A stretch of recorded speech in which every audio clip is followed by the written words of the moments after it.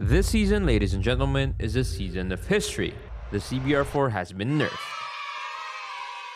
To be completely fair, it wasn't that great even before its nerf. It was good because everybody knew how to use it and everybody was comfortable using it, but apart from that, its stats weren't that great. So today we'll have, for the first time in 19 months, a top 10 weapons list without the CBR4 in it. As always, we'll start with the XPR and the SKS. First, the XPR, it has 292 milliseconds of ADS time, which is one of the fastest one-shot snipers in the game right now. It has 32 meters of one-shot kill to the head, chest, and arms, which is more than enough for aggressive sniping. And if you want to spam with it, you have an infinite 2-shot kill, and the fire interval is only 375 milliseconds, which is fast enough to spam, and you have no recoil. You can still one-shot to the head and the chest up to infinity. The SKS on its side isn't a one-shot sniper even though it can one-shot to the head, but it's something that you'd want to spam with. It has 165 milliseconds of fire interval, and it has an infinite 2-shot kill range as long as you don't hit the legs and the upper arms, which are covered by the lower arms in gunfights. These two are incredible if you're accurate at long range and if you're more of a passive player. These two are so good that they are banned in the COD Mobile World Championships, so give them a try.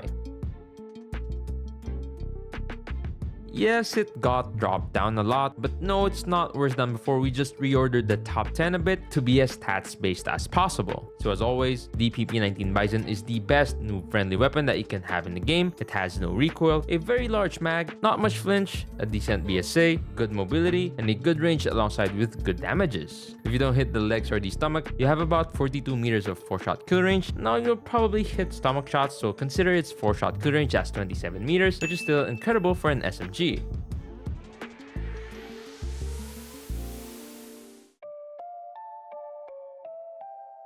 Last season, I ranked the FFAR alongside the CBR4 at number 2, but I know that with the CBR4 nerf, this type of weapon will be forgotten and people will mainly switch to ARs or LMGs or super aggressive SMGs like QQ9 or Fennec. But these two weapons are great, don't get me wrong. I'm not gonna go much in detail with the FFAR1, y'all know how good it is already, but I want to take a bit more time on the PDW. This gun has 26 meters of potential 4-shot kill and 17 meters of consistent 4-shot kill, with one of the fastest strafes you can find for a weapon with a range like that. And the fire rate isn't even that slow with 750 RPM. Here is the recommended Gunsmith on it, and I really advise you to give it a try. We'll start with the Peacekeeper. It has 20 meters of consistent 4-shot kill and 34.5 meters of potential 4-shot kill if you're able to hit 2 to 4 shots in the chest or arms, which is quite overpowered, especially since the buff it just received. To be fair, nobody even used the Peacekeeper much even though it was a great weapon overall, because players didn't like its recoil. The recoil is pretty low and now it has less flinch than ever it had with 0.38, which to my knowledge is the lowest flinch in the game. Now if you want more bullets and an easier recoil pattern, you can go for the Grau. It has 20 meters of 4-shot kill and 44 meters of 5-shot kill, which isn't that far from the Peacekeeper, but it has 60 bullets and a way better recoil pattern, although it has a slightly worse BSA and bullet velocity.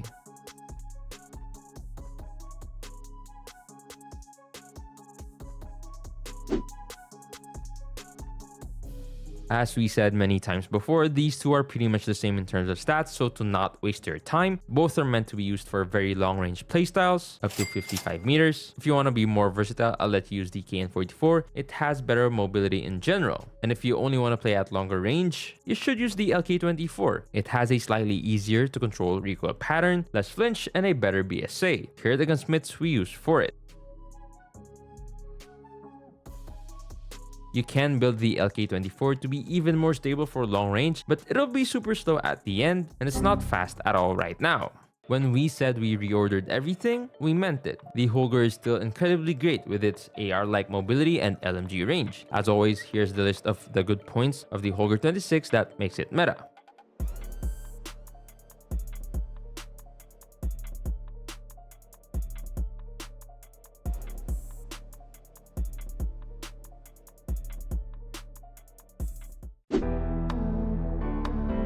It's still one of the best ARs in the game after all these months. It is still at this date the best AR behind the Krig, if we're not talking about the special weapon I'm gonna talk about a little bit later. 29 meters of 4-shot kill, 48 meters of 5-shot kill, with a superb BSA and a pretty good mobility for this range. That's pretty much the best compromise you can find apart from the Krig, which is next to one on this list.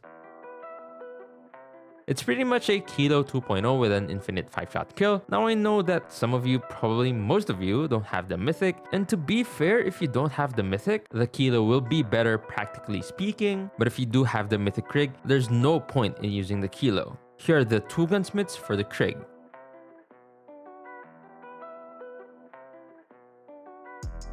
Even though their stats aren't very similar, these 2 guns share a common purpose: dominating in aggressive close-range combat. The Fennec boasts the second highest fire rate in the game at a blazing 1,111 rounds per minute, while the QQ9 comes close at about 800 RPM. Both deliver an impressive time to kill in close quarters, taking just around 210 milliseconds to eliminate foes. However, if you equip the QQ9 with the 10mm magazine, it can achieve a 4-shot kill in just about 240 milliseconds, which is still lightning fast. The Fennec excels in hipfire accuracy and maintains consistency in close-range battles thanks to its incredibly rapid fire rate. On the other hand, the QQ9 stands out due to its reliability, offering excellent damage in a favorable hitbox. It can even deliver a potential 3-shot kill at close range, especially when paired with the 10mm magazine. Here are the 2 setups to use for the Fennec and the QQ9.